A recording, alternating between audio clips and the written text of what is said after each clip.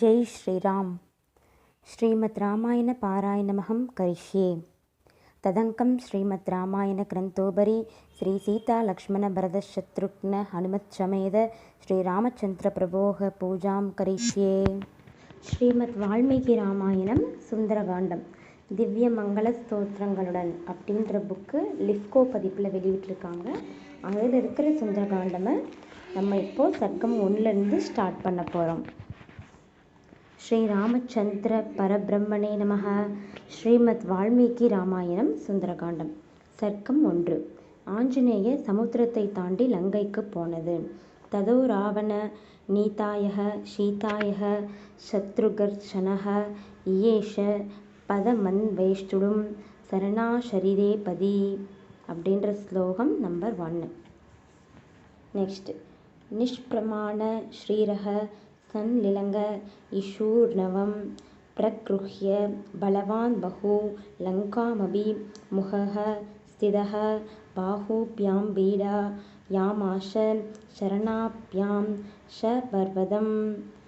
அதாவது இதோட அர்த்தம், அளவற்ற சரீரத்தை உடையவராய் கடலை கடக்க விரும்பி கைகளாலும் கால்களாலும் அந்த மலையை ஆஞ்சநேயர் அழுத்தி தன்னுடைய பயணத்தை ஸ்டார்ட் பண்ணுறாரு. ஓகே, நம்மளோட சர்க்கம் 1னுடைய தலைப்பு அவதாரிகை. இப்போ படிக்க ஸ்டார்ட் பண்ணுறோம். எல்லாரும் நல்லா கவனித்து சிரத்தையோடு கேளுங்க.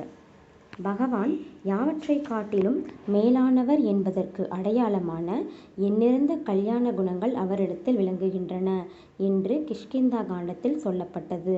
அவர் எல்லாவற்றையும் நாசம் செய்யும் சக்தியும் உடையவர் என்று இந்த காண்டத்தில் உபதேசிக்கப்படுகிறது. 15வது சர்க்கத்தில் ராமனை விரோதித்து கொண்டவனை, ராமனால் கொல்லத் தகுந்தவனை பிரம்மா, ருத்ரன், இந்திரன் முதலியவர்களும் காப்பாற்ற முடியாது என்பதால் இது நன்றாக விளங்குகிறது. கிஷ்கிந்தா காண்டத்தில் மித்திரர்களை எப்படியாவது ரட்சிக்க வேண்டும் என்ற தர்மமும், இந்த காண்டத்தில் தூதனும் பதிவிரதையும் நடந்து கொள்ள வேண்டிய தர்மமும் சொல்லப்படுகின்றன. அல்லது முன்காண்டத்தில் சகல லோகங்களையும் ரட்சிக்க அவதரித்த மகாவிஷ்ணுவுக்கு ஆச்சாரியன் என்ற புருஷகாரம், அதாவது மத்தியஸ்தம் கிடைத்தது என்பதையும், இந்த காண்டத்தில் ஆச்சாரியன் செய்ய வேண்டிய காரியத்தையும் வால்மீகி தெரிவிக்கிறார். அதில் முதல் சர்க்கத்தில் உபதேசம் பெற தகுந்த சிஷ்யனை குரு தேடிப் போவது சொல்லப்படுகிறது. கோவிந்த ராஜ்யம். முன்காண்டத்தில் ஆஞ்சநேயர் மனத்தால் லங்கைக்கு சென்றார் என்று சொல்லப்பட்டது. இந்த காண்டத்தில் தேகத்தாலும் அங்கே சென்றது வர்ணிக்கப்படுகிறது. தீர்த்தியம். கிஷ்கிந்தா காண்டத்துடன் 11,000 ஸ்லோகங்கள் முடிந்தன. சுந்தரகாண்டம் முதல் சர்க்கம் முதல் ஸ்லோகத்தில் ததோராவண என்ற பதங்களில் 4வது அக்ஷரமாகிய வ என்பது காயத்ரியின் 12வது அக்ஷரம். ராவண நீதாயக, ராவணனால் கொண்டு போகப்பட்ட என்ற விசேஷணத்தால் சீதையின் சாத்விக ஸ்வரூபம் அக்னி குண்டத்திலும், ராஜஸ்வரூபம் பகவானுடைய வலது புஜத்திலும் என்றும் பிரியாமல் இருந்தன என்றும், தாமச ரூபத்தையே ராவணன் எடுத்து போனான் என்றும் உட்கருத்து குறிப்பிடப்படுகிறது.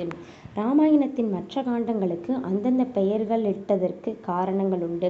பாலகாண்டம் ராமனுடைய பால்ய விருத்தாந்தங்களையும், அயோத்திய காண்டம் 12வது வயது முதல் 25வது வயது வரையில் அயோத்தியில் நடைபெற்ற விருத்தாந்தங்களையும், ஆரண்ய காண்டம் தண்டகாரண்யத்தில் நடந்த வரலாற்றையும், கிஷ்கிந்தா காண்டம் கிஷ்கிந்தையில் நடந்த விசேஷங்களையும், யுத்த காண்டத்தில் ராம லக்ஷ்மணர்கள் வானர சைன்யங்கள் இவர்களுக்கும் ராவணாதி ராட்சசர்களுக்கும் நடந்த யுத்த விவரங்களையும், உத்தரகாண்டத்தில் ராமன் அயோத்தியைக்கு வந்த பிறகு நடந்த காரியங்களையும் வர்ணிப்பதால் அந்த பெயர்கள் கிடைத்தன. ஆனால் இந்த காண்டத்திற்கு சுந்தரம் என்ற பெயர் வாய்த்தது ஏன்? சுந்தரம் என்றால் அழகு பொருந்தினது என்று பொருள். ஆனால் மற்ற காண்டங்களின் அமைப்பு அழகு வாய்ந்தது அல்ல என்று எண்ணக்கூடுமா? ஆகையால் வேறு காரணம் வால்மீகியின் மனத்தில் இருக்க வேண்டும். ஆஞ்சநேயர் சமுத்திரத்தை தாண்டினது, லங்கா நகரம், சந்திரோதயம், அசோகவனம், மதுவனம் முதலியவைகளின் வர்ணனை ஒப்பற்றது என்று எல்லோராலும் ஒப்புக்கொள்ளப்படுகின்றது. ஆனால் இந்த காரணமே போதுமா? இராமாயணத்தின் தத்வார்த்தத்தை கவனித்தவர்களுக்கு ஞான பூமியான அயோத்தியிலிருந்து ஜீவன், இந்திரியங்கள், அந்தக்கரணம், முக்குணங்கள் என்ற இவைகளால் ஆக்கிரமிக்கப்பட்டு சம்சார தசையில் கட்டுண்டு கிடக்கையில் பரம காருணிகரான பகவான் அதை தேடிச்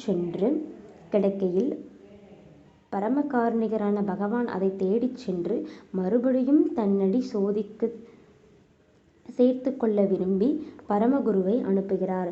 அந்த குருவினுடைய தரிசனம் சிஷ்யனான ஜீவனுக்கு கிடைத்ததும், பகவானுடைய கல்யாண குணங்களை அவர் ஜீவனுக்கு உபதேசித்ததும், அவர் தன்னை காப்பாற்றுவார் என்று ஜீவன் தைரியம் அடைந்ததும், தன் நிலைமையையும் துக்கத்தையும் ஜீவன் ஆச்சாரியன் மூலமாக பகவானுடைய சந்நிதியில் தெரிவித்து கொண்டதும், ஆச்சாரியன் ஜீவனுடைய நிலைமையை பகவானிடத்தில் விண்ணப்பம் செய்து கொண்டதும் இந்த காண்டத்தில் சொல்லப்படுகின்றன. ஆகையால் அஞ்ஞானம் நீங்கி ஞானோதயமாகி மோக்ஷ சாம்ராஜ்யத்தை அடைவதற்கு இந்த காண்டத்தில் விதை விதைக்கப்பட்டது. ஆகையால் இது சுந்தரகாண்டம் என தகும். இராமாயணம் என்ற மாலையில் நடுநாயகமான ரத்தினம் போல் ஆஞ்சநேயர் விளங்குகிறார் என்றபடி இந்த காண்டத்தில் ஆரம்பம் முதல் முடிவு வரையில் ஆஞ்சநேயரே கதாநாயகன். அவருடைய பலம், பராக்கிரமம், புத்தி, மகிமை, வீரியம் முதலியவைகளே வர்ணிக்கப்படுகின்றன. சர்வசக்தனான பகவானும் அவருடைய உதவியை தேடினார் என்றும், சீதா பிராட்டிக்கே அவர் பிராணதானம் செய்தார் என்றும் சொல்லியிருப்பதாலும், நீ செய்த உபகாரத்திற்கு நான் பதில் செய்ய சக்தியற்றவன் என்று பெருமாளும் பிராட்டியும் தெரிவிப்பதாலும் ஆஞ்சநேயருடைய சரித்திரத்தை சொல்லும் இந்த காண்டமே சுந்தரமானது. இராமாயண பீடிகையில் இந்த காண்டத்தின் மகிமையையும் மந்திரத்தையும் விஸ்தாரமாய் சொல்லியிருப்பதை பார்க்கவும். இப்படி ஜாம்பவானால் தூண்டப்பட்ட ஆஞ்சநேயர் சாரணர்கள் சஞ்சரிக்கும் ஆகாச மார்க்கத்தில் ராவணனால் அபகரித்து கொண்டு போகப்பட்ட சீதை இருக்கும் இடத்தை தேடி கண்டுபிடிக்க விரும்பினார். அப்படி தேடும் விஷயத்தில் நேரும் இடையூறுகளை நீக்க அவருக்குள்ள சாமர்த்தியம் எவருக்கும் கிடையாது. சிஷ்யன் இருக்கும் இடத்தை தேடி போகும் பரமகுருவின் ஸ்வரூபம் உபதேசிக்கப்படுகிறது. சிஷ்யன் தாபத்ரயத்தால் நொந்து தன்னை தேடி வரும் வரையில் பொறுத்திருப்பவர் குரு. சிஷ்யனுடைய துக்கத்தையும் கஷ்டத்தையும் அவனை காட்டிலும் நன்றாய் அறிந்து மனமுருகி தாங்காமல் அவனை வலுவில் தேடிப்போய் ரட்சிக்கிறவர் பரமகுரு. கு என்றால் அக்ஷரம், அஞ்ஞானமாகிய இருட்டையும், ரு என்றால் அக்ஷரம், அவ்விருட்டை போக்கும் சக்தியையும் குறிக்கின்றது. அஞ்ஞானம் என்ற இருட்டை போக்குவதால் குரு என்ற பெயர் கிடைத்தது என்ற வாக்கியப்படி அஞ்ஞானத்தை போக்கும் ஸ்வபாவத்தை உடைய குரு பிரார்த்தன தர்மங்களை லோகத்தார் அனுஷ்டிக்கும்படி செய்யும் பூர்வாச்சாரியர்கள் அனுஷ்டித்து வந்த மார்க்கத்தை அவலம்பித்தவராய் ஞானத்திற்கு விரோதமான புத்தியை கொடுக்கும் அவிவேகத்தால் வசப்படுத்தப்பட்டு அனாதியாய் பகவானுக்கு பரதந்திரரான ஜீவன் இருக்கும் சம்சார மண்டலத்தை தேடி சென்றார். சீதை என்ற சப்தத்தால் ஸ்திரீ புருஷ சம்பந்தமில்லாமல் உண்டானதென்றும், ஸ்திரீலிங்கத்தால் பரதந்திரமான ஸ்வபாவத்தை உடையதென்றும் தெரிகின்றது.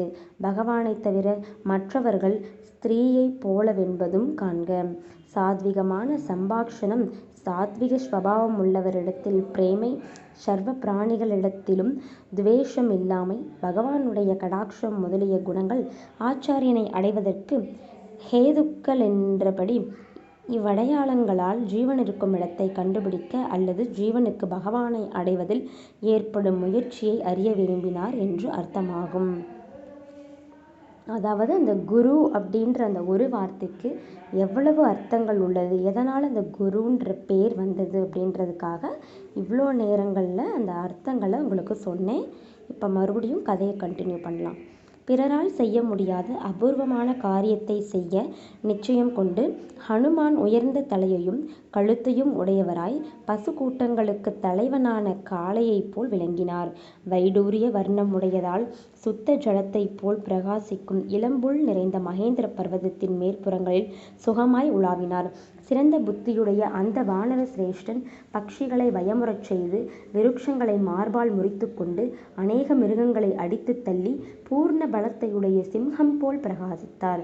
கருப்பு, சிவப்பு, வெளுப்பு முதலிய நானா வர்ணங்களையுடைய அநேக தாதுக்களால் அலங்கரிக்கப்பட்டு இஷ்டமான ரூபத்தை எடுக்கக்கூடிய யக்ஷி கிண்ணறர்கள் அழகான கந்தர்வ பன்னக கணங்கள் அலங்கரித்து கொண்டு இஷ்டப்படி சஞ்சரிக்கப் பெற்று கணக்கில்லாத மத யானைகள் நிறைந்த அந்த பர்வதத்தில் ஆஞ்சநேயர் விஸ்தாரமான மடுவில் விளையாடும் கஜத்தை போல் காணப்பட்டார்.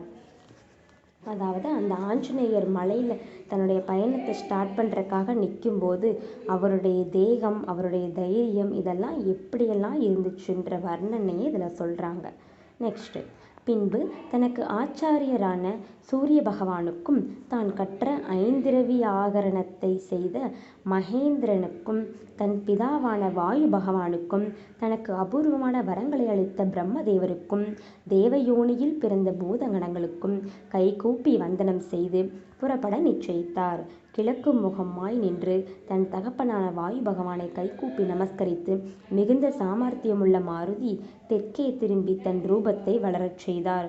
வானர சிரேஷ்டர்கள் ஆச்சரியத்துடன் பார்த்து கொண்டிருக்க சமுத்திரத்தை தாண்ட நிச்சயித்து ராமனுக்கு க்ஷேமம் விருத்தியாவதற்காக பருவ காலங்களில் சமுத்திரம் பொங்குவது போல் வளர்ந்தார். அளவற்ற சரீரத்தை உடையவராய் கடலை கடக்க விரும்பி கைகளாலும் கால்களாலும் அந்த மலையை அழுத்தினார். அப்பொழுது அந்த மலை ஒரு முகூர்த்த காலம் வரையில் கிடுகிடென்று நடுங்கிற்று. அதிலுள்ள மரங்களிலிருந்த புஷ்பங்கள் பூமியில் சொரிந்தன. அந்த புஷ்ப வருஷத்தால் அம்மலை மறைந்து மனம் வீசி புஷ்பமலை போல் காணப்பட்டது. உத்தமமான வீரியத்தை உடைய ஆஞ்சநேயரால் அழுத்தப்பட்ட அந்த மகேந்திர பர்வதம் மதயானை மத ஜலத்தை பெருக விடுவது போல் நீர்த்தாரைகளை பெருக்கிற்று. மகாபலவானான மாருதியால் பிடிக்கப்பட்டு தங்கம், வெள்ளி முதலிய நிறங்களை உடைய ரேகைகளை வெளிப்படுத்திற்று. நடுவில் கொழுந்து விட்டெரியும் அக்னியிலிருந்து புகை வரிசையாக கிளம்புவது போல் அம்மலையிலிருந்து மணச்சிலை என்னும் கற்களுடன் கூடின பாறைகள் தேய்த்து விழுந்தன. இப்படி அழுத்தப்பட்ட அந்த மலையால் நசுங்கி அதன் குகைகளில் உள்ள ஜந்துக்கள் 4 புறங்களிலும் விகாரமாக கத்தின. அந்த ஓசை பூமியிலும் திக்குகளிலும் தோப்புகளிலும் பரவி நிறைந்தது. அங்குள்ள கொடிய சர்ப்பங்கள் விஷ்ணுபாதம் போன்ற ரேகைகளால் அலங்கரிக்கப்பட்ட பெரிய படங்களை எடுத்து கோப ஆவேசத்துடன் குரூரமான விஷங்களை கக்கிக் கொண்டு பாறைகளை கடிக்க அவை விஷத்தீயால் ஜலித்து 1000 துண்டுகளாக பிளந்தன. அந்த மலையிலுள்ள விஷத்தை போக்கும் ஔஷதிகள் அந்த சர்ப்பங்களின் விஷத்தை போக்க முடியவில்லை. இந்த மலையை பூதங்கள் பிளக்கின்றன என்றெண்ணி அங்கே வசித்த தபஸ்விகள் அங்கிருந்து போனார்கள். அங்குள்ள வித்யாதரர்கள் பானபூமியில் மதுவால் நிறைந்த தங்க பாத்திரங்களையும் விலையுயர்ந்த தங்கமயமான போஜன பாத்திரங்களையும் லேஹ்யம், பக்ஷயம், பலவித மாம்சங்கள், எருமைத்தோரால் செய்யப்பட்ட கேடயங்கள், தங்கப்பிடி போட்ட கத்திகள் முதலியவைகளையும் விட்டு வெண் தாமரையைப் போன்ற கண்கள், மதுபானத்தால் செந்தாமரையைப் போல் சிவந்த மலர்கள் சிறந்த சந்தனங்களால் அலங்கரிக்கப்பட்டு மயங்கி ஸ்திரீகளுடன் ஆகாசத்தில் கிளம்பி போனார்கள். ஹாரங்கள், சிலம்புகள், தோள்வளை, கைவளைகளால் அலங்கரிக்கப்பட்ட ஸ்திரீகள் தங்கள் நாயகர்களுடனும் வித்யாதர சிரேஷ்டர்கள் அனிமாதி அஷ்டமகா சித்திகளை காட்டிக்கொண்டும் ஆகாசத்திலிருந்து கூட்டம் கூட்டமாக அந்த மலையை பார்த்து கொண்டிருந்தார்கள். அப்பொழுது களங்கமற்ற ஆகாசத்தில் நிற்கும் மகரிஷிகளும் சாரணர்களும் சித்தர்களும் வாயுகுமாரரான ஆஞ்சநேயர் மலையை போன்ற தேகத்துடன் ஒருவராலும் தாண்ட முடியாத இந்த சமுத்திரத்தை தாண்டி அக்கரைக்கு போய் ராமனையும் வானரர்களையும் உத்தேசித்து பிறரால் சாமர்த்தியமில்லாத காரியத்தை செய்ய விரும்புகிறார் என்று சொல்ல கேட்டு வித்யாதரர்கள் மகேந்திர பர்வதத்தில் ஒப்பில்லாத வீரியத்துடன் நிற்கும் மாருதியை பார்த்தார்கள். அதாவது அந்த மலை மேலே ஆஞ்சநேயர் தன்னுடைய பயணத்தை ஸ்டார்ட் பண்ணுறதுக்காக நின்றுட்டுருக்கிற அந்த நொடி, அந்த நேரம் அவருடைய தேகம் எந்த மாதிரி இருந்துச்சு, எந்தளவுக்கு அதிர்வுகள் ஏற்பட்டுச்சு, அதனால் என்னென்ன மாற்றங்கள் பூமியில் நிகழ்ந்தது, அதை நம்முடைய மனிதர்கள்லாம் எந்த மாதிரி பார்த்தாங்க அப்படின்ற வர்ணனைகளை இவ்வளோ நேரம் சொல்லிகிட்டு இருந்தாங்க. Okay, next. அவர் மயிர்களை சிலிர்த்தார், பெரிய மலையைப் போல் அசைந்தார், நீருண்ட மேகத்தைப் போல் கர்ஜித்தார், அடிமுதல் நுனிவரையில் நீண்டு உருண்டு மயிர்களடர்ந்த வாளை கருடன் மகாநாகத்தை பற்றி சுழற்றுவது போல் சுழற்றி உதறினார். ஆகாசத்தில் செல்வதற்கு வேண்டிய வேகத்தை வளர்க்கும் ஆஞ்சநேயருடைய வாள் சமுத்திரத்திலிருந்து கருடனால் கொத்திக் கொண்டு போகப்படும் பெரிய சர்ப்பத்தைப் போல் காணப்பட்டது. அளவற்ற காந்தியையும் வீரியத்தையும் உடைய வாயுபுத்திரர் கோட்டை வாசல் தாழ்பாளை போன்ற புஜங்களை பூமியில் பலமாக ஊன்றி, இடுப்பைச் சுருக்கி, கால்களை மடக்கி, புஜங்களையும் கழுத்தையும் வளைத்து, தேஜஸையும் சத்வத்தையும் வீரியத்தையும் விருத்தி செய்தார். வெகு தூரம் வரையில் ஆகாசத்தை நோக்கி தான் போகும் வழியை நிமிர்ந்து உற்று பார்த்து பிராணவாயுக்களை ஹிருதயத்தில் நிறுத்தினார். கால்களை உறுதியாக ஊன்றி காதுகளை மடக்கிக் கொண்டு அந்த மகா பலசாலியான வானர சிரேஷ்டன் ஆகாசத்தில் தாவும் சமயத்தில் வானர வீரர்களை பார்த்து இவ்விதம் சொன்னார். தான் கிளம்புற அந்த நேரத்தில் ஸ்போர்ட்ஸ்க்கு ஒரு ரன்னிங் ரேஸில் எல்லோரும் ரெடியாகி எந்த அளவுக்கு ஒரு மூச்செல்லாம் இழுத்து ப்ரிப்பேர் ஆகி நிற்பாங்களோ அந்தளவுக்கு ஆஞ்சநேயர் ப்ரிப்பேர் ஆகி நின்றுக்கிட்டு இருக்கிறாரு. நின்றுக்கிட்டு இருந்து கிளம்புற சமயத்தில் தன்னுடைய வானர சிரேஷ்டர்களுக்கு ஒரு மெசேஜை சொல்லிட்டு போகிறாரு. அந்த மெசேஜ் என்னென்னா, வாயு வேகமுள்ள ராமபாணம் தடையில்லாமல் எப்படி போகுமோ அப்படி ராவணனால் ஆளப்பட்ட லங்கைக்கு போவேன். அங்கே ஜானகியை காணாவிட்டால் அந்த வேகத்துடன் தேவலோகத்திற்கு போவேன். அங்கேயும் அவளை காணாவிட்டால் கொஞ்சம் கூட சிரமம் இல்லாமல் ராட்சசராஜனான ராவணனை பிடித்து கட்டி இங்கே கொண்டு வருவேன். உத்தேச காரியத்தை எப்படியாவது முடித்து கொண்டு சீதையுடன் திரும்பி வருவேன். அல்லது ராவணனுடைய லங்கையையும் வேருடன் பெயர்த்து இங்கே கொண்டு வருவேன் என்று அவர்களுக்கு தைரியம் சொல்லி கவலை இல்லாமல் அதிவேகமாக ஆகாசத்தில் கிளம்பி தன்னை பக்ஷிராஜனான கருடனுக்கு சமமாக எண்ணினார். ஸோ தான் உத்தேசித்த காரியம் என்ன, எதை செஞ்சு முடிச்சுட்டு வரப்போகிறாரு அப்படின்றத வானர சிரேஷ்டர்களுக்கு இந்த மாதிரி சொல்லிட்டாரு. நெக்ஸ்ட்டு, அப்பொழுது அந்த வேகத்தால் மலையில் உள்ள மரங்கள் யாவும் இலைகளுடன் 4 புறங்களிலிருந்து மேலே கிளம்பின. மதம் கொண்ட நாரைகளுடன் மலர்ந்த புஷ்பங்களால் விளங்கும் அந்த மரங்களை தன் தொடையின் வேகத்தால் இழுத்து கொண்டு ஆகாசத்தில் போனார். நெடுந்தூரம் பிராணம் போகும் ஒருவனை அவனுடைய பிரியமான பந்துக்கள் சிறிது தூரம் வரையில் சென்று வழிவிடுவது போல் அந்த மரங்கள் கொஞ்ச தூரம் அவரை தொடர்ந்தன. சேனைகள் அரசனை தொடர்வது போல் அவருடைய வேகத்தால் முறிக்கப்பட்ட ஆச்சா முதலிய மரங்கள் அவரை பின்தொடர்ந்தன. மகா பர்வதம் போன்ற மாருதி புஷ்பங்களால் விளங்கும் அந்த மரங்களால் சூழப்பட்டு ஆச்சரியமாக காணப்பட்டார். மகேந்திரனை கண்டு பயந்து மலைகள் கடலில் விழுந்து மறைந்தது போல் வைரமுள்ள மரங்கள் கடலில் விழுந்து முழுகின. மகாமேகம் போன்ற ஆஞ்சநேயர் பல வர்ணங்கள் உள்ள புஷ்பங்களாலும் குருத்துக்களாலும் மொட்டுகளாலும் சூழப்பட்டு மின்மினி பூச்சிகள் மொய்த்த பெரிய மலையைப் போல் தோன்றினார். அவருடைய வேகத்தால் உண்டான சக்தி அடங்கி அந்த மரங்கள் புஷ்பங்களை உதிர்த்து கொண்டு சமுத்திரத்தில் விழுவதை பார்க்கும் பொழுது பிராணியை வழியனுப்பி விட்டு திரும்பும் மித்திரர்களைப் போல் காணப்பட்டன. அவருடைய வேகத்தால் அந்த லேசான புஷ்பங்கள் நானா வர்ணங்களுடன் சமுத்திரத்தில் தூவப்பட்டு நட்சத்திரங்களால் நிறைந்த ஆகாசத்தைப் போல் அந்த கடலை விளங்கச் செய்தன. நானா வர்ணங்கள் உள்ள அந்த புஷ்பங்களால் சூழப்பட்ட வாயுபுத்திரன் மின்னற் கொடிகளுடன் ஆகாசத்தில் கிளம்பும் மேகத்தைப் போல் பிரகாசித்தார். அவர் போகும் வேகத்தால் 4 புறங்களிலும் இறைக்கப்பட்ட புஷ்பங்களால் நிறைந்த சமுத்திரம் அழகான நட்சத்திர கூட்டங்களைப் போல் உதித்த ஆகாச வீதி போல் காணப்பட்டது. அதாவது அவர் கிளம்புன அந்த நேரத்தில் அந்த பூவால் தூவப்பட்ட அந்த சமுத்திரம் நட்சத்திர கூட்டங்கள் போல் அழகாக தெரியுது அப்படின்ற வர்ணனை இவ்வளோ நேரம் சொன்னாங்க. ஸோ அவர் பயணத்தை ஸ்டார்ட் பண்ணிட்டாரு. 2 கைகளையும் நீட்டிக்கொண்டு அவர் வாயு மார்க்கத்தில் போகும் பொழுது மலை சிகரத்திலிருந்து கிளம்பும் 5 தலை நாகங்களைப் போல் தோன்றினார். தாண்டும் வேகத்தால் வரவர குறையும் கடலை குடித்து ஆகாசத்தை விழுங்க பார்ப்பவர் போல் காணப்பட்டார். ஆகாச மார்க்கத்தில் போகும்போது அந்த வானர சிரேஷ்டனுடைய மஞ்சள் வர்ணம் உள்ள வட்டமான 2 கண்களும் மின்னலைப் போலும் மலை சிகரங்களில் கொழுந்து விட்டெரியும் நெருப்பு ஜுவாலைகளைப் போலும் ஒரே காலத்தில் சந்திர சூரியர்கள் உதித்தது போலும் பிரகாசித்தன. சந்திரனும் சூரியனும் ஒரே நேரத்தில் உதிக்கிறதுன்றது சாத்தியமில்லாத காரியம். ஆனால் அவர் கிளம்புன அந்த நேரத்தில் அந்த இடத்துல இருந்த மலைகள் மேலே தோன்றிய நெருப்பு ஜுவாலைகள் இதையெல்லாம் எப்படி தெரிஞ்சுதான்? சந்திரனும் சூரியனும் ஒரே நேரத்தில் தெரிஞ்சது மாதிரி அப்படி ஒரு அற்புதமான காட்சிகள் தோன்றியிருக்கு. அவருடைய சிவந்த முகம் சிவந்த மூக்கின் காந்தியால் சந்தியா காலத்து சிவப்பால் பரவப்பட்ட சூரிய மண்டலத்தைப் போல் விளங்கிற்று. உயர்ந்து வளர்ந்த வாள் அவர் ஆகாசத்தில் போகும்பொழுது மேலே இந்திரத்வஜம் தூக்கி கட்டப்பட்டது போல் தோன்றிற்று. வெளுத்த பற்களுடைய மாருதி சக்கரம் போல் தன்னை சுற்றி வளைத்த வாளால் மண்டலம் சூழ்ந்த சூரியனைப் போல் பிரகாசித்தார். வாளின் அடிப்பாகம் சிவந்து பிளந்த மலையில் சிவந்த தாதுக்கள் விளங்குவது போல் தோன்றிற்று. அந்த வானர சிரேஷ்டன் சமுத்திரத்தை தாண்டும் பொழுது விலாப்புறங்களிலிருந்து கிளம்பும் காற்று மேகம் போல் கர்ஜித்தது. ஆகாசத்தில் வடக்கிலிருந்து தெற்கு முகமாக வாளுடன் கூடின உல்கா என்ற எரிகொல்லி வேகமாக விழுவது போல் ஆஞ்சநேயர் அப்பொழுது காணப்பட்டார்.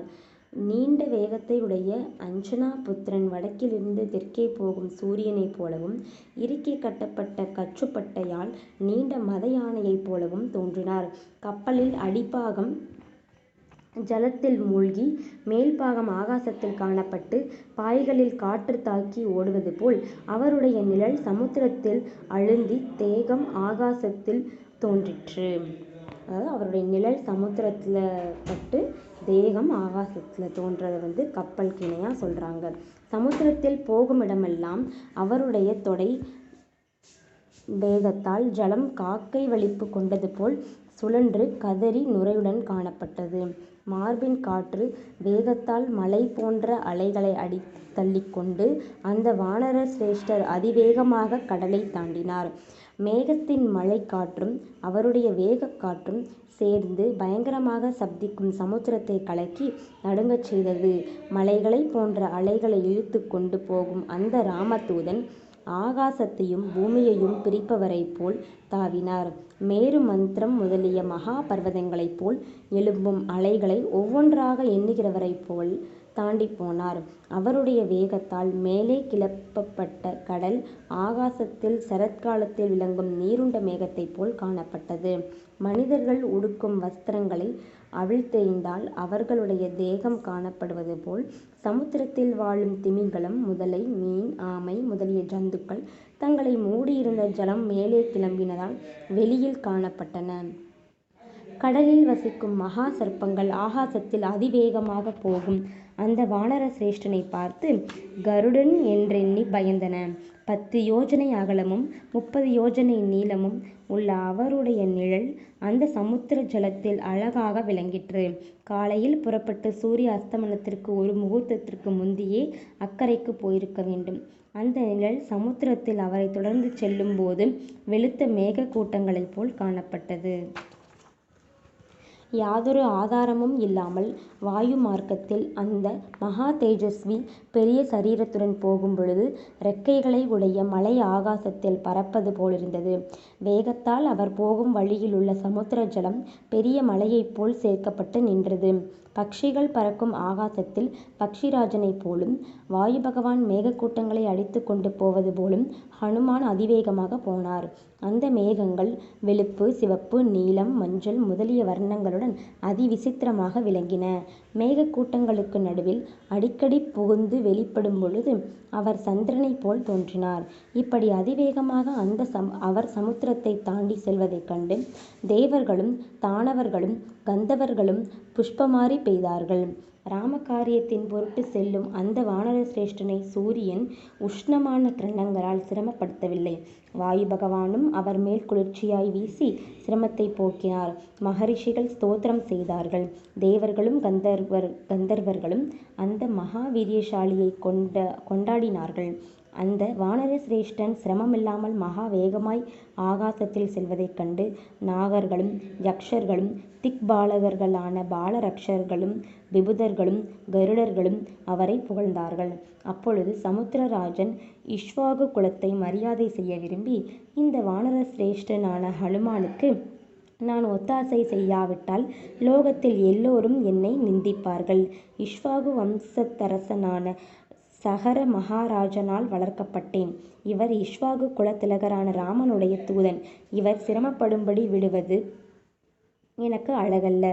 ஆகையால் இவர் சற்று நேரம் இங்கே இளைப்பாரி பிறகு அதிசீக்கிரமாய் சமுத்திரத்தை தாண்டும்படி செய்ய வேண்டும் என்று ஹிதமான யோசனை செய்து சமுத்திர ஜலத்தில் தங்கச் சிகரங்களுடன் மறைந்திருக்கும் மைனாக பர்வதத்தை பார்த்து, தோழா, பாதாளத்தில் உள்ள அசுரர்கள் மேலே வராதபடி இந்திரன் உன்னை கோட்டை வாசல் தாழ்பாள் போல இங்கே வைத்திருக்கிறான் அல்லவா? அந்த மகா பலசாலிகள் மேலே வர யத்தனம் செய்கையில் அவர்களை விடாமல் பாதாள துவாரத்தை மறைத்து கொண்டு நிற்கிறாய் அல்லவா? மேலும் கீழும் 4 பக்கங்களிலும் வளரும் சக்தி உனக்கு உண்டு. ஆகையால் உன்னை ஏவினேன். பர்வதராஜனே, சீக்கிரம் எழுந்திரு. வானர சிரேஷ்டரான ஹனுமான் ராம காரியத்தின் பொருட்டு ஆகாச மார்க்கமாய் உனக்கு நேராக வருகிறார்.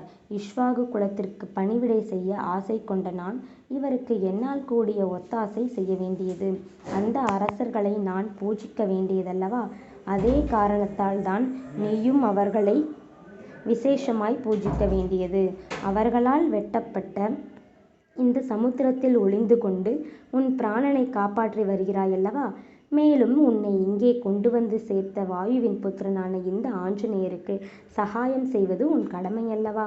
ஆகையால் இவருக்கு தகுந்த உபகாரம் செய். நாம் உத்தேசித்த காரியம் காலதாமதமாக கூடாது. செய்ய வேண்டிய காரியத்தை தகுந்த காலத்தில் செய்யாவிட்டால் சாதுக்கள் கோபிப்பார்கள்.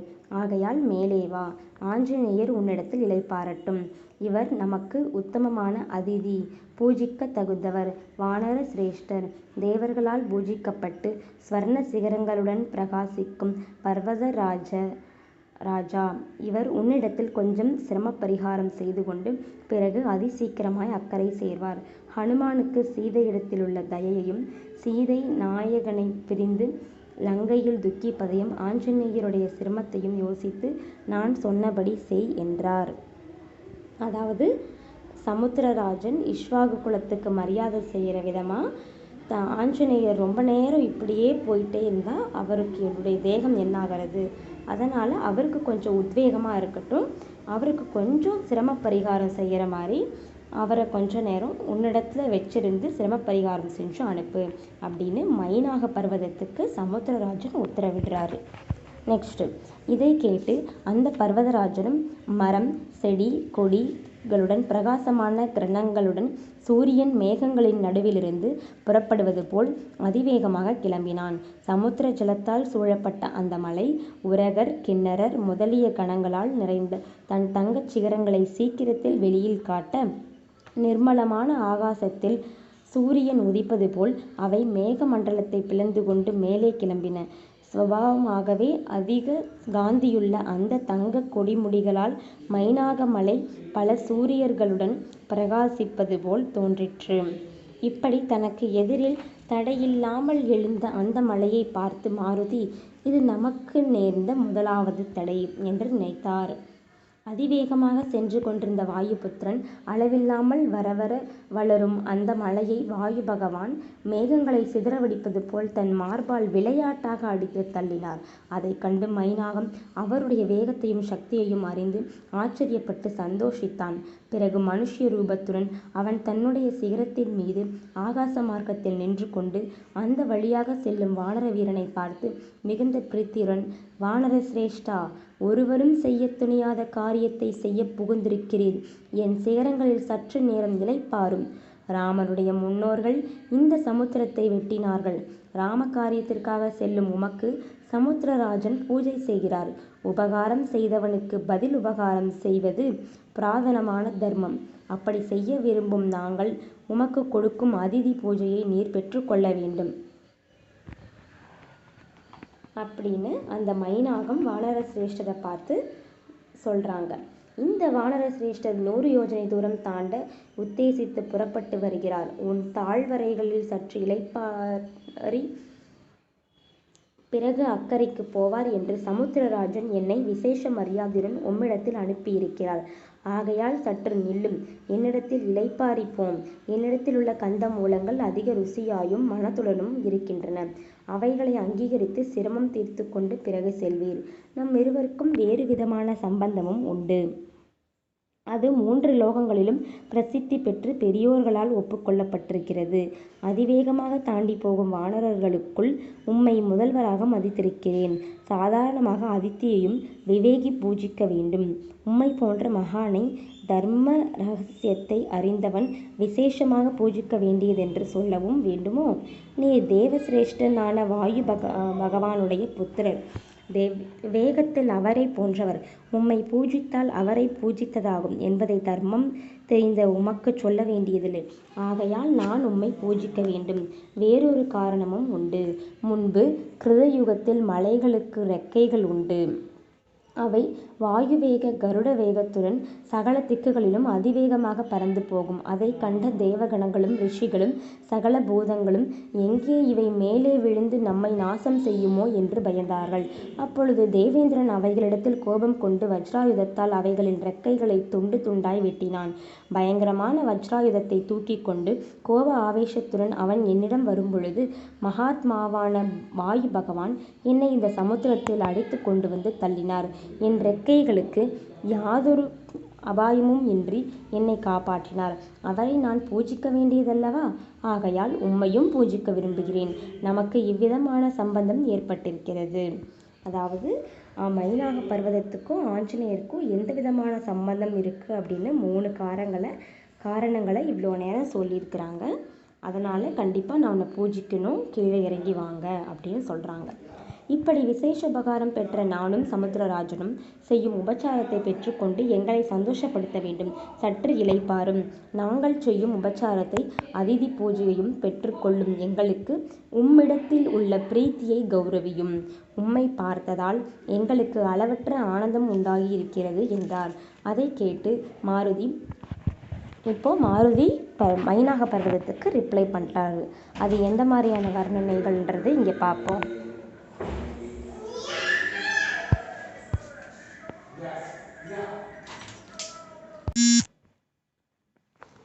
அதை கேட்டு மாருதி, பர்வதராஜனே, நீர் இப்படி சொல்வதாலேயே நான் மிகுந்த பிரீத்தியடைந்தேன். உம்மை தரிசித்ததே எனக்கு போதும். நீர் எனக்கு செய்யும் அதிதி பூஜை இதுவே. உம் இஷ்டப்படி நான் இங்கே தங்கவில்லை என்று கோபிக்கக்கூடாது. நான் உத்தேசித்த காரியத்தை செய்ய வேண்டிய காலம் என்னை சீக்கிரப்படுத்துகிறது. இங்கே தங்கினால் இன்று பகலுக்குள் லங்கைக்கு போக முடியாது.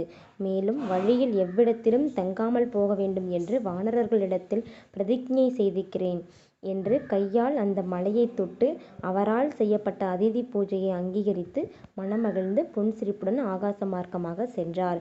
சமுத்திரராஜனும் மைனாகப் பர்வதமும் மிகுந்த பிரீத்தியுடன் அவரை பார்த்து ஆசீர்வதித்தார்கள். பிறகு ஆஞ்சநேயர் அவர்களை விட்டு வெகு தூரம் உயரக் கிளம்பி தன் பிதாவான வாயு பகவான் சஞ்சரிக்கும் மார்க்கத்தில் வந்தார். அங்கிருந்து மேலே போய் பர்வதராஜனை ஒரு தடவை பிரீத்தியுடன் பார்த்து நிர்மலமான ஆகாச மார்க்கத்தில் சென்றார். ஆஞ்சநேயர் சமுத்திரத்தை தாண்டி போவது அவருடைய அபூர்வ செயல்களில் முதலாவது. மைனாக பர்வதத்தை ஜெயித்தது இரண்டாவது. இதை பார்த்து கொண்டிருந்த தேவர்களும் சித்தர்களும் மகரிஷிகளும் மகிழ்ந்து மாருதியை கொண்டாடினார்கள். தேவராஜன் மைனாகனிடத்தில் அளவற்ற சந்தோஷமடைந்து, தங்கக் கொடிமுடிகளுடன் விளங்கும் பர்வத சிரேஷ்டா, இன்று நீ செய்த காரியம் அதிக ஆனந்தத்தை எனக்கு உண்டு பண்ணுகிறது. இன்று முதல் உனக்கு யாதொரு பயமும் இல்லை. உன் இஷ்டப்படி சுகமாக இரு. விஸ்தாரமான சமுத்திரத்தை தாண்டி ஆகாச மார்க்கமாக போகும் பொழுது ஹனுமான் கீழே விழுவாரோ என்று பயந்தோம். ஆனால் அந்த மகாவீரன் சற்றும் பயமில்லாமல் அலட்சியமாக போகிறான். நீ அவனுக்கு நல்ல உதவி செய்தாய். ராமதூதனான ஹனுமானுக்கு நீ செய்த உபச்சாரம் எனக்கு எல்லையற்ற ஆனந்தத்தை கொடுக்கிறது என்றான். தன்னிடத்தில் சந்தோஷித்ததை பார்த்து மைனாகனுக்கு விசேஷ மகிழ்ச்சி உண்டாயிற்று. பிறகு இந்திரனிடத்தில் மேலான வரங்களை பெற்று சுகமாக வசித்தான். ஹனுமான் அங்கிருந்து ஒரு முகூர்த்தத்தில் அப்புறம் சென்றார்.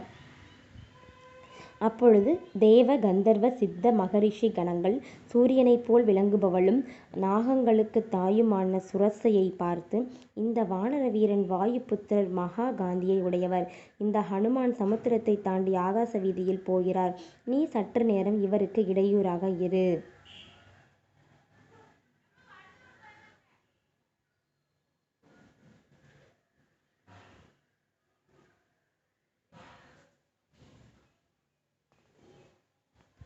நெக்ஸ்ட்டு ப்ராப்ளம் என்ன சொல்கிறாங்க அப்படின்னா, அந்த சமுத்திரராஜன் அந்த நாகங்கணங்களுக்கெல்லாம் தாயான சுரசை அப்படின்ற ஒரு கணங்கள் இருக்கிறாங்க. அந்த சுரசைன்ற லேடியை பார்த்து, நீ கொஞ்ச நேரம் இவங்களுக்கு இடையூறு பண்ணு அப்படின்னு சொல்கிறாங்க. இது எந்த விதமான இடையூறுன்னு இப்போ பார்ப்போம். கோரை பற்களாலும் நெருப்பு பொறிகளை போன்ற கண்களாலும் ஆகாசம் போல் திறந்த வாயாலும் மலை போன்ற சரீரத்தாலும் பயங்கரமான ராட்சச ரூபத்துடன் இவருக்கு எதிரில் நில். உன்னை உபாயத்தால் ஜெயிக்கிறாரா, தைரியமற்று மயங்குகிறாரா என்று இவருடைய பலத்தையும் பராக்கிரமத்தையும் மறுபடியும் பரீட்சிக்க வேண்டும் என்றார்கள். இப்படி தேவதைகளால் வேண்டப்பட்டு சுரசை சகல பிராணிகளும் கண்டு நடுங்கும் கோர ராட்சச ரூபத்துடன் கடலின் நடுவில் நின்று அந்த வழியாக வரும் மாருதியை மறித்து, தேவர்கள் எனக்கு ஆகாரமாக இங்கே உன்னை அனுப்பியிருக்கிறார்கள், உன்னை விழுங்கப் போகிறேன், என் வாயில் நுழை என்றாள். ஸோ நல்லா மகா தேஜஸான பெரிய உருவம் எடுத்து அந்த சுரசைன்றவங்க இப்படி பயமுறுத்துறாங்க ஆஞ்சநேயரை. அதுக்கு ஆஞ்சநேயர் என்ன சொல்கிறாருன்னு பார்ப்போம். அதை கேட்டு அந்த மகா தேஜஸ்வி கைகூப்பி வணக்கமாக தசரத புத்திரனான ராமன் தம்பி லக்ஷ்மணனோடும் பாரியை ஜானகியோடும் தண்டகாரண்யத்தில் சஞ்சரித்து கொண்டிருக்கும் பொழுது அவருக்கு விரோதியான ராவணன் என்ற ராட்சசராஜன் அவர் வேறு வேலையாக போயிருக்கையில் அவருடைய பாரியையை எடுத்து போனான். கீர்த்தி வாய்ந்த அந்த சீதையிடத்தினில் என்னை தூதனாக ராமன் அனுப்பியிருக்கிறார். அவருடைய ராஜ்யத்தில் வசிக்கும் நீ அவருக்கு உதவி செய்ய வேண்டியதல்லவா? அல்லது சீதையை கண்டு அவளுடைய வரலாற்றை ராமனுக்கு தெரிவித்த பிறகு உனக்கு ஆகாரமாகிறேன். இது நான் செய்யும் பிரதிஜை என்றார். ஸோ அதாவது நான் உத்தேசித்த காரியத்தை முடிச்சுட்டு சீதையை கொண்டு போய் என்னுடைய ராமன்கிட்ட சேர்த்துட்டு அப்புறமா நான் உனக்கு ஆகாரமாகிறேன். நீ சொன்னதை நான் செய்யலைன்னு நான் சொல்லலை, கண்டிப்பாக அதை செய்கிறேன், பட் என்னோட வேலைகளை முடிச்சுட்டு வரேன்னு ப்ராமிஸ் பண்ணுறாரு.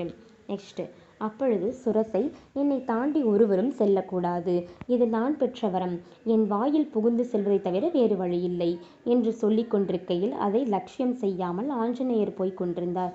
சுரசை அதை கண்டு அவருடைய பலத்தை அறிய விரும்பி, இன்று நீ என் வாயில் நுழைந்தே அப்புறம் போக வேண்டும், இப்படி பிரம்மா எனக்கு வரம் கொடுத்திருக்கிறார் என்று தன் வாயை விஸ்தாரமாக திறந்து வாயுபுத்திரனுக்கு எதிரில் நின்றாள். அப்பொழுது ஆஞ்சநேயர் கோபம் கொண்டு, என்னை விழுங்கும்படி வாயை விஸ்தாரமாக திற என்று 10 யோஜனை தூரம் வளர்த்தார். சுரசை தன் வாயை 20 யோஜனை அளவு திறந்தாள்.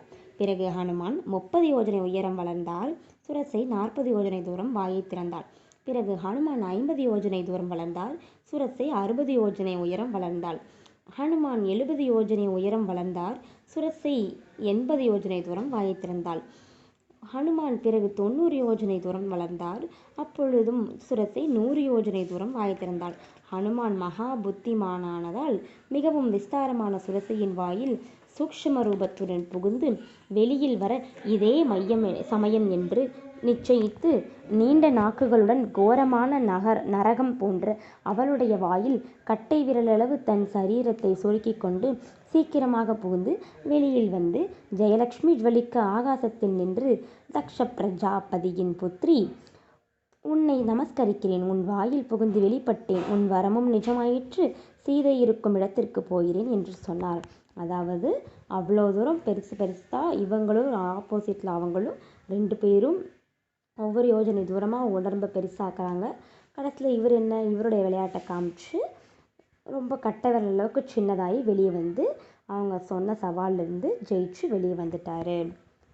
நெக்ஸ்ட்டு, ராகுவின் வாயிலிருந்து வெளிப்பட்ட சந்திரனை போல் பிரகாசிக்கும் ஆஞ்சநேயரை பார்த்து சுரசை தன் உண்மையான ரூபத்துடன், குழந்தாய், உன் காரியம் கைகூடட்டும், சுகமாய் போய் வா, ராமனையும் சீதையையும் சேர்த்து வை என்று ஆசீர்வதித்தாள். சகல பிராணிகளும் ஆஞ்சநேயருடைய 3வது அற்புதமான செயலை கண்டு அவரை கொண்டாடின. ஸோ இந்த மாதிரி சுரசை அவங்க ஆசீர்வாதம் பண்ணி அனுப்புகிறாங்க. ஸோ 3வது அற்புதமான செயலை கண்டு அவங்களுடைய சகல பிராணிகளும் கொண்டாடுறாங்க. என்னென்ன அற்புதமான செயல்? முதல் அற்புதமான செயல், அந்த மலையை பெரிய தேஜஸோட அவர் ஃபஸ்ட்டு தன்னோட பயணத்தை ஸ்டார்ட் பண்ணுறதுக்காக மிதித்தது. 2வது அற்புதமான செயல், மைனாக பர்வதத்துக்கிட்ட போய் ஜெயிச்சு வெளியே வந்தது. நெக்ஸ்ட்டு சுரசை கிட்ட வாயிலிருந்து வெளியே வந்தது. இது 3வது செயல். நெக்ஸ்ட் பிறகு ஹனுமான் மற்ற எவராலும் தாண்ட முடியாத வருணனுக்கு இருப்பிடமான சமுத்திரத்தை கடந்து ஆகாச மார்க்கத்தில் கருடனைப் போல் அதிவேகமாக போனார். அங்கே நீருண்ட மேகங்கள் ஓடிக்கொண்டிருந்தன. பதகர்களும் வித்யாதரர்களும் ஐராவதம் என்ற திக்கஜமும் உலாவிக் கொண்டிருந்தார்கள். அது பதகர்களுக்கும் உரகர்களுக்கும் வாகனங்களான சிம்ஹம், யானை, புலி முதலியவைகளாலும் நிர்மலமான விமானங்களாலும் அலங்கரிக்கப்பட்டிருந்தது. வஜ்ராயுதம், இடி முதலியவைகளைப் போன்ற அக்னிகளால் பிரகாசித்தது. புண்ணிய கர்மங்களால் ஸ்வர்கலோகத்தை அடைந்த மகான்களால் விளங்கிற்று. இவ்வுலகத்தில் ஹோமம் செய்யப்பட்ட சவிகை தேவதைகளுக்கு கொண்டு கொடுக்கும் சித்திரபானு என்ற அக்னி பகவான் சஞ்சரிக்கும் வழி அதே. கிரகங்கள், நட்சத்திரங்கள், சந்திரன் முதலியவைகளால் பிரகாசித்தது. மகரிஷி கூட்டங்களும் கந்தர்வர்களும் நாகர்களும் யக்ஷர்களும் கூடுமிடம் தனித்தனியாக வகுக்கப்பட்டது. நிர்மலமானது, எங்கும் பரவியது. விஸ்வாவசு முதலிய கந்தர்வர்களுக்கு இருப்பிடம். மற்ற திசை யானைகள் விளையாடுமிடம். சந்திரர் சூரியர்கள் செல்லும் வழி. புண்ணியஸ்தலம். இந்த பூலோகத்திற்கு மேல் மெத்தையை போன்றது. விஸ்தாரமானது. பிரம்மாவால் நியமிக்கப்பட்டது.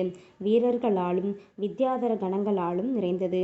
யாதொரு பற்றும் இல்லாமல் இந்த வாயு மார்க்கத்தில் சகல பொருள்களையும் கவனித்து பார்த்து கொண்டு கருடனைப் போலவும் இறக்கைகளுள்ள மலையைப் போலவும் வாயுபுத்திரன் போனார்.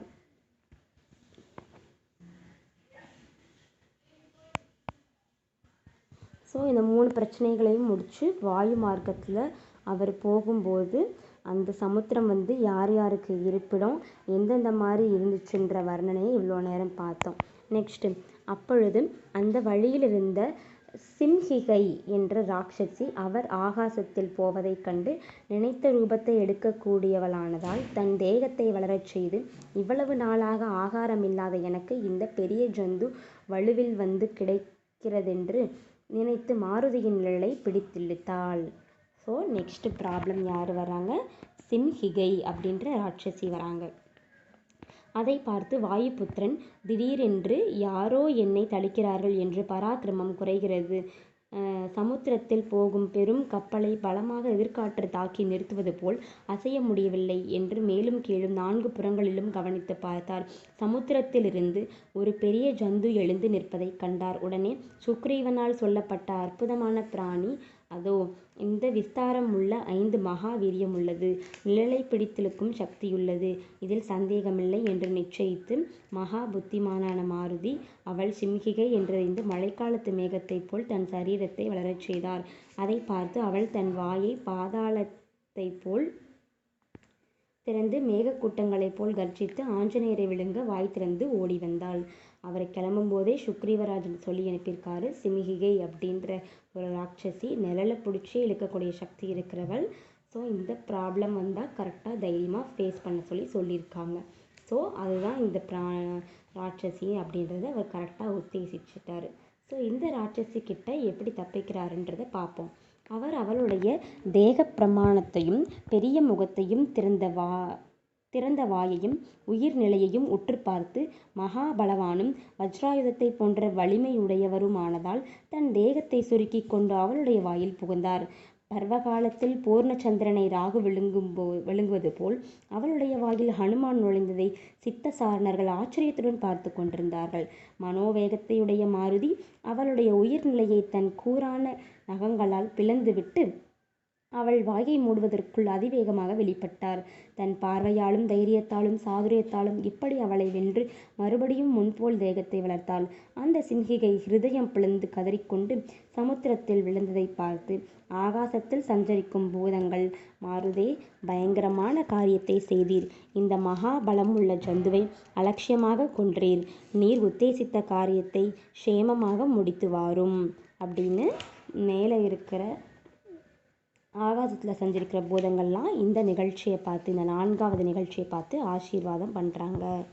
உம்மை போல் நுட்பமான பார்வையும் தைரியமும் வஸ்துக்களின் உண்மையை அறியும் புத்தியும் திறமையும் யாருக்குண்டோ அவனே தன் காரியங்களில் வருத்தப்பட மாட்டான்.